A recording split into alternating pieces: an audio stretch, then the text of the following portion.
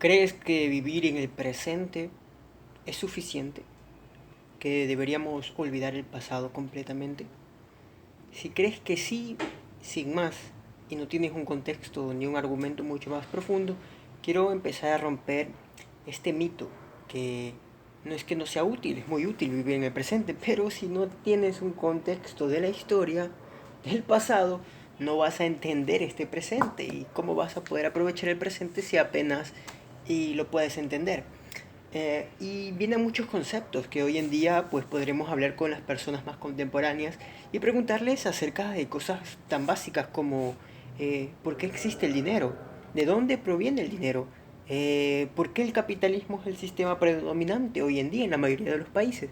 Y muchas de estas personas no te van a poder dar una respuesta histórica de un contexto real, porque están muy enfocadas en estar en el presente, entre comillas, viviendo en el presente, pero siguen viviendo en sus vidas basadas en sus experiencias únicas y subjetivas de su momento y de su tiempo y de su cronología. Quiero venir aquí a descartar un poco esta mentalidad de un poco muy individual también, de querer vivir el presente sin realmente entender que el presente es una consecuencia de causas anteriores, del pasado. Asimismo, tú eres una consecuencia de causas anteriores. Por eso traigo a colación este pequeño libro, de un autor ecuatoriano que intenta ilustrarlo de una manera muy poética al final. Tiene un poema a la muerte muy interesante y que tiene una bibliografía también muy interesante. Solo para nombrar uno de los autores es Stephen Hawking, por ejemplo, en uno de sus libros. Estoy buscando la bibliografía a ver si la encuentro y les nombro más de esta bibliografía de los autores que hay. Aquí tenemos a Historia del Tiempo, Stephen Hawking. También está Economía, El Capital de Karl Marx, Economía y Política Nikitin, Materialismo y Empiriocismo, Cerebro y Yo, El Origen de la Vida, El Origen del Hombre, El Príncipe de Nicolás Maquiavelo, La Historia de la Filosofía, Superbrain, La Conquista Social de la Tierra. Son demasiados temas que toman en consideración toda la historia de la humanidad para dar un contexto de lo que es el presente hoy en día. Contexto que lo tenemos bastante perdidos porque nos enfocamos solo en lo que ya existe y damos por hecho de que siempre ha existido muchas de las cosas hoy en día. Que agradecidos nos podemos sentir también de tener todo esto hoy en día, no tener que ir a cazar animales para poder comer y subsistir, no tener que tener nuestras propias granjas para poder tener alimentos y comer también, aunque no es que no sea útil tener nuestras propias granjas de animales y alimentos. Pero hay un contexto de la historia y muchas personas han olvidado que provenimos de los homínidos en África y que somos una especie llamada Homo sapiens y que también tenemos mezclas con neandertales. Nos empezamos a esparcir por toda África, que nuestras primeras civilizaciones no son Grecia como la podríamos quizás tener, sino eh, está la Mesopotamia y las civilizaciones de Egipto y del norte de África, que principalmente esas son las que hay más evidencia como de más antigüedad. Incluso una vez me vi un documental, eso va parte de este libro, no está de parte del libro, en que había una ciudad entre las montañas con un sistema de canales de agua para que cuando lloviera todo el agua se transportara hacia ciertos canales y almacenarlas en ciertos lugares a diferentes niveles, y eso ayudaba a que uno no se inundara el lugar en el que vivían y otro tener algo almacenado por mucho tiempo que les permitía ya tener esa civilización. Qué bueno y qué importante es esto, ¿no? Y la arquitectura que tenían era muy interesante también porque esculpían piedras y a partir de las piedras construían casas dentro de las piedras, construían edificaciones dentro de las piedras. Entonces es muy curioso cómo hemos evolucionado y cómo muchas cosas del pasado las seguimos utilizando hoy porque han sido realmente útiles y por eso existen. Hay evidencia del tiempo de que son útiles. Asimismo, te puedo preguntar qué significa el dinero y por qué existe el dinero, ¿no? ¿Cómo nació el dinero? Podrías entenderlo. Y para mí es más fácil hoy en día que antes de decir, ¿no? Antes el dinero yo decía, bueno, es como una herramienta, no es como un martillo. Tú puedes con el martillo construir casas o puedes matar a alguien con un martillazo en la cabeza. Pero ya con el tiempo me doy cuenta de que es una realidad eh, ficticia colectiva. todos creemos en el dinero y por eso el valor del dinero está ahí. Si yo dejo de mañana de creer en el dinero, el valor del dinero sigue estando ahí por otros más factores, que claro, está los bancos y los países, el Fondo Monetario, o sea, hay varias entidades que se encargan de poder darle y controlar de cierta manera este valor que nosotros percibimos y que también es percibido por muchos factores, también como la oferta y la demanda y también la inflación que se crea cuando eh, hay mucho capital de ese, hasta donde yo entiendo, disculpa si me equivoco, pero la inflación entiendo que se da cuando hay mucho capital, se imprime mucho dinero y entonces el dinero ya existente empieza a perder valor y los objetos por eso empiezan a subir de precio, porque ahora hay más dinero en el mercado, vale menos el dinero, entonces necesitas más subir los precios. Esa es una forma simple de verlo. Eh, pero una de las revoluciones interesantes que a mí siempre me llamó la atención y que también de nuevo está en este libro, que no es que necesario que lo leas, yo lo leí porque me llamó mucho la atención el título y también toca temas científicos, ¿no? Como la evolución de la vida, temas biológicos, también de Albert Einstein, Isaac Newton, revoluciones de la vida y también Copérnico, Nicolás Copérnico, cómo cambiamos nuestra percepción del mundo, que o sea, hay gente que todavía cree que no proveníamos de África y de los homínidos y que antes no andábamos erguidos como hoy en día y que siempre hemos sido como estamos hoy en día, cuando hemos evolucionado y nos hemos adaptado. También hay un libro de Charles Darwin que está en la bibliografía. Entonces, esas teorías evolucionistas están ahí presentes y es algo científico también. También él está un poco una interpretación de la teología, de los dioses, de las mitologías, cómo esto ha ido evolucionando y nos ha ido construyendo una historia como especie y que nos ha dado una educación y una forma de comunicarnos y de expresarnos que gracias a esta comunicación, a estas letras, a estos símbolos que interpretamos, es que hemos podido colaborar de manera grupal también. Esto ya es como una reflexión mía.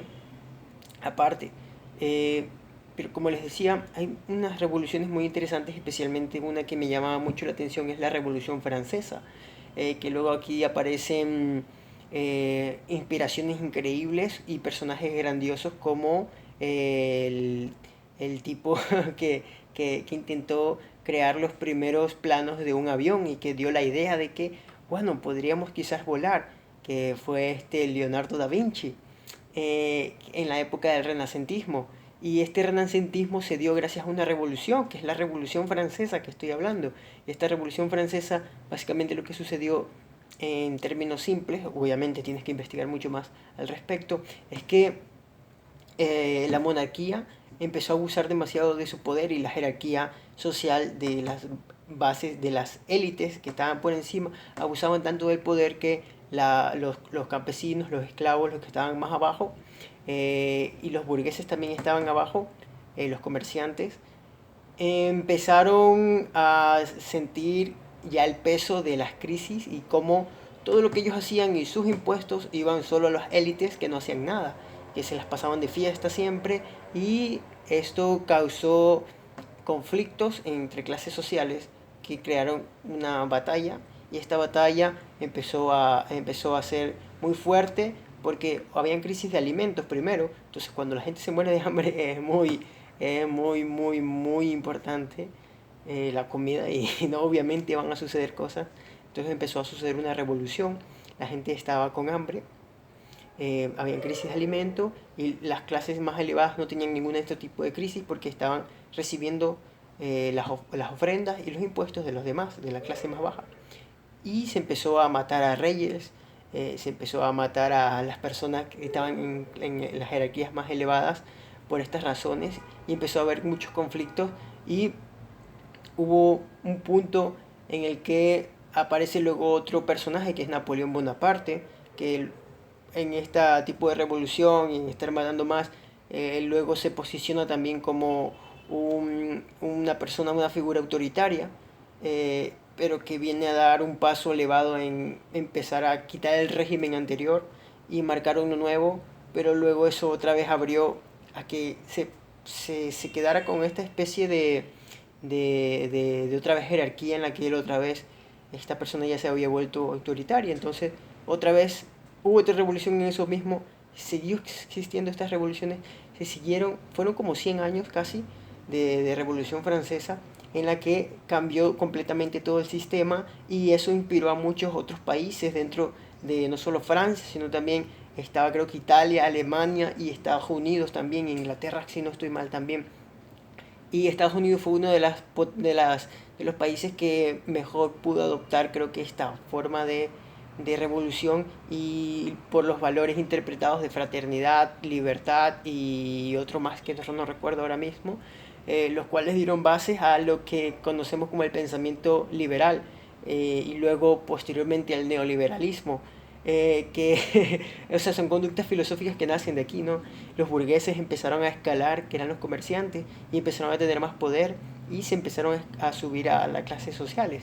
Y las políticas y el tema de cómo funcionaba el tema jurídico y demás también empezó a cambiar. Empezamos a tener lo que viene siendo estas divisiones de izquierda, derecha y centro a nivel ideológico político, como creo que eran los de derecha eran las personas que ya eran parte de la nobleza y que querían permanecer, que las cosas permanecieran de la misma manera en la que funcionaban, que eran más conservadores, y los de la izquierda eran personas más liberales que querían que las cosas cambien. Y el centro era el pueblo, que a la gente pues no le prestaba atención porque era el pueblo no le prestas atención. Así es como ha sucedido por mucho tiempo y quizás sigue sucediendo de cierta manera, aunque hoy en día el contexto es mucho más complejo. O sea, esto nos ayuda un poco a entender cosas, pero entender el presente realmente es muy complejo. Esto simplemente nos da una perspectiva de que hay causas a las consecuencias actuales. Y gracias a estas revoluciones empezamos a tener el sistema capitalismo capitalista, que es con el que vivimos hoy en día, y la mayoría de los países, que también tiene sus contras, que luego ya viene gracias a esto del renacentismo, pensadores como Karl Marx, que también es muy criticado en muchas partes porque a partir de él nace el pensamiento socialista, y este pensamiento socialista da otras revoluciones como la revolución bolchevique que sucedió en Rusia, y de ahí nace la URSS, Unión Revolucionaria Socialista Soviética, creo que era así. Eh, la, eh, y esto es muy curioso porque ellos llegaron incluso a la luna sin ser un país capitalista y sin tener este libre mercado, que pues de libre no tiene nada, pero es bonito el concepto porque viene de ese pasado histórico. Entonces tú entiendes este pasado histórico, entiendes cuál es la razón por la que se dice libre mercado y libertad, porque claro, pues antes no tenías capacidad de poder vender lo que sea o escalar en, la, en el estatus social o en la pirámide social, socioeconómica, cultural, si venías ya de la esclavitud o de abajo, ¿no? Esto abrió más posibilidad a que pudieras escalar esta pirámide socioeconómica, que igual viene Karl Marx a representar su crítica con el capital y el manifiesto comunista para decirnos de que pues el capitalismo solo nos ve como una fuerza que genera plusvalía y el trabajador está siendo explotado por el capitalista que no está haciendo nada, que igual esto es bastante curioso este pensamiento porque hay mucha gente que está de acuerdo de manera extremista y otras personas que no están de acuerdo de manera extremista se van a sus extremos, no tienen suficiente pensamiento crítico porque en parte quieren defender sus ideales y sus intereses. Y si tú has emprendido alguna vez, has tenido un negocio, eres empresario, te vas más un poco por el liberalismo. No todo el mundo, hay personas que están por el socialismo, pero tú en parte tú no quieres que los gobiernos o otras entidades controlen mucho de lo que tú haces porque te estás arriesgando demasiado para sacar una empresa o un emprendimiento adelante que luego tengas que pagar una cantidad increíble de impuestos para que muchas de estas personas se los roben, se los queden y no hagan realmente contribuciones a la sociedad, cuando quizás a veces podrías hacerlas tú directamente sin tener que pasar por pagar impuestos. ¿Por qué? Por arriesgarte y dar empleo a la gente también. Entonces hay gente que lo apoya muy bien por ese aspecto y hay otras que no, los capitalistas son unos destructores que solo están explotando y abusándose de las personas, y esa es otra parte de la moneda, ¿no? que hay que igual analizarlo correctamente para evolucionar este capitalismo, un capitalismo mucho más consciente. Yo sigo estando del lado del capitalismo, yo entiendo el socialismo, y no del todo, pero me parece que tiene muy buenas ideas como una antítesis, por así decirlo, entre comillas, del capitalismo que nos permite ahora crear un capitalismo mucho más consciente, un capitalismo eh, que realmente sea más óptimo para todos. Y es complejo porque ya, como les digo, hay causas y consecuencias, y hay muchas consecuencias de este capitalismo que puede que no favorezcan a todo el mundo, como que la riqueza se puede concentrar en muy pocas manos y llega a un punto de acumulación de riquezas tan absurdo que no conviene que esta persona siga acumulando más riquezas porque va a quitarle mercado, va a quitarle riquezas a otras posibles personas que podrían haber escalado también en la pirámide socioeconómica o cultural. Y esto es algo que vemos un poco en China, que tienen unas políticas públicas distintas en las que cuando un empresario llega a cierto umbral de dinero ya es como que le dicen, oye, tranquilízate, ¿no? Hey, ya alcanzaste bastante, ¿no? Quédate tranquilo, que aquí ya ponemos otros competidores, que lleguen más personas. Y esto es muy interesante porque China tiene eh, esta filosofía de Karl Marx, de Lenin, del comunismo, socialismo, instaurada desde mucho tiempo. Mao Zedong creo que fue uno de los líderes que la instauró. Y luego, con la llegada del capitalismo a su sistema, como una mezcla de ello, o sea, del libre mercado, que ellos optaron por meter y volverse competitivos a nivel internacional, y principalmente por su fuerza de trabajo muy baja, muy barata, empezaron a subir y subir y subir y acumular deuda de otros países y a ganar dinero más, y su país empezó a crecer bastante, y hoy día China es una potencia tecnológica, por ejemplo, y es uno de los países que más gente ha sacado de la pobreza extrema, creo, si no estoy mal, si no recuerdo mal, de manera, o sea, sustancialmente distinta a otros países como lo han podido llegar a hacer. Entonces, da a pensar mucho de que se puede mejorar en estos sistemas socioeconómicos culturales, los podemos mejorar, y obviamente la educación, en tanto en cultura como en conocimiento e historia, es muy importante, pero también hay otras críticas sobre el sistema educativo, por ejemplo, porque no nos enseñan a pensar por nuestra cuenta respecto a estos temas. Porque solo nos quieren también como empleados que estén en una fabriquita haciendo cosas que vienen de las revoluciones industriales, ¿no? De ahí vienen muchos de estos conceptos de estar 8 horas sentados para recibir clases, también es como que te preparan para esa vida laboral del proletario. Y hay mucha crítica de parte de muchas partes, ¿no? Porque hay personas que quieren esa vida cómoda, y hay otras personas que ya te das cuenta que estoy sesgado un poco por esto, porque yo no soy de el pensamiento de tengo que tener un trabajo de 8 horas y sentarme en un cubículo y ya, y esperar que me paguen cada mes. No es mi mentalidad del todo. Estoy más orientada a este, entre comillas, liberalismo.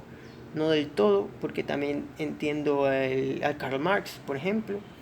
Esa crítica es muy interesante.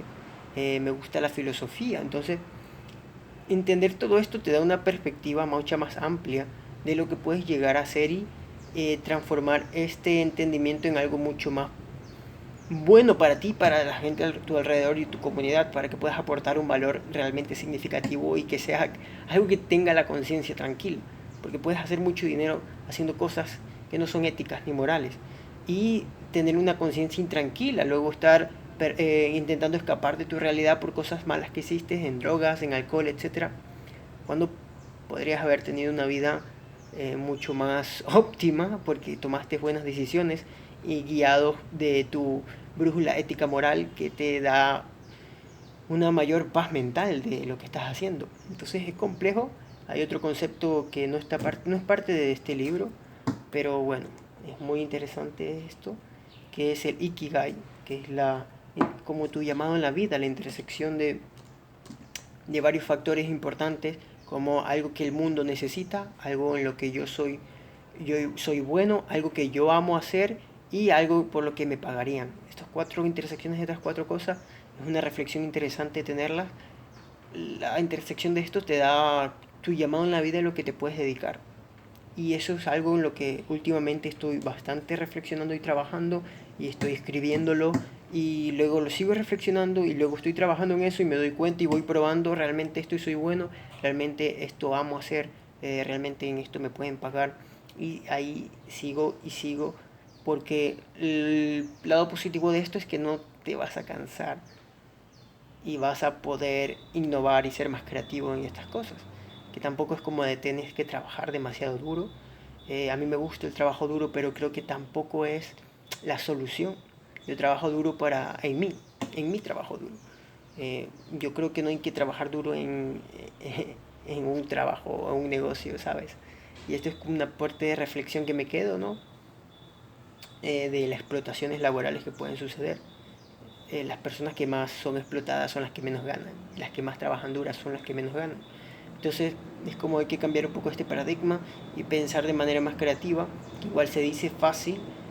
Yo no encuentro una manera súper creativa de instaurar esto, pero con el tiempo siento que la estoy encontrando, porque se me hace mucho más fácil conectar con más gente, cada vez que trabajo más en mí, se me hace mucho más fácil poder intentar cerrar o abrir negocio con alguien de manera internacional, y estoy intentándolo.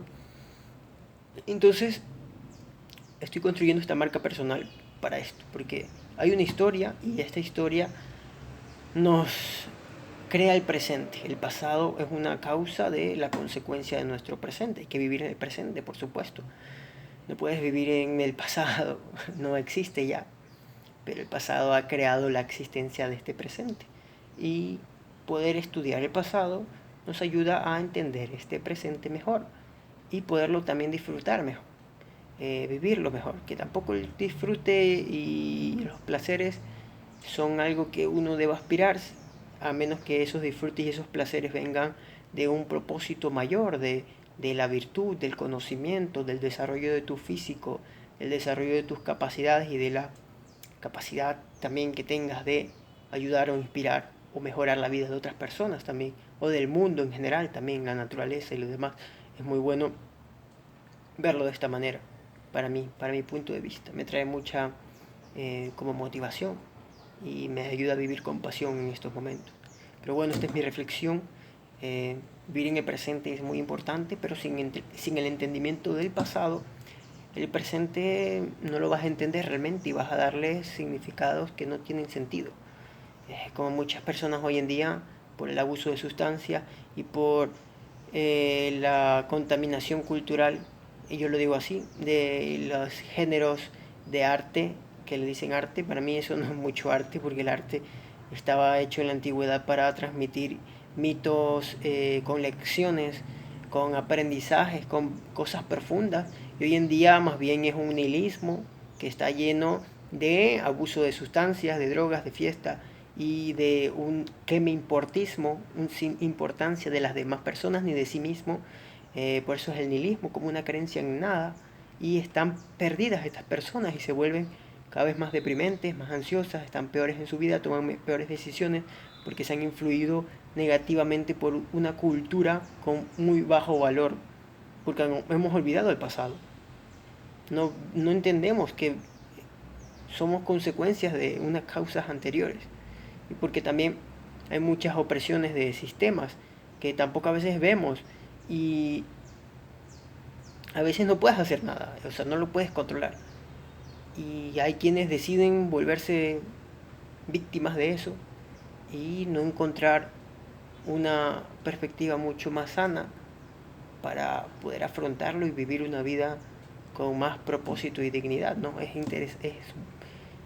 esencial que vivas con dignidad, y también eso es lo complejo de las críticas que se pueden hacer hoy en día al capitalismo, que hay muchos trabajos que no te dan dignidad, y a la vez, gracias a los avances tecnológicos, podemos tener más capacidad de encontrar trabajos que nos den dignidad, porque empezamos a automatizar cosas que no nos gustan quizás, que son trabajos que no nos traen placer, ni un propósito, ni algo más grande conectado con la comunidad o las demás personas.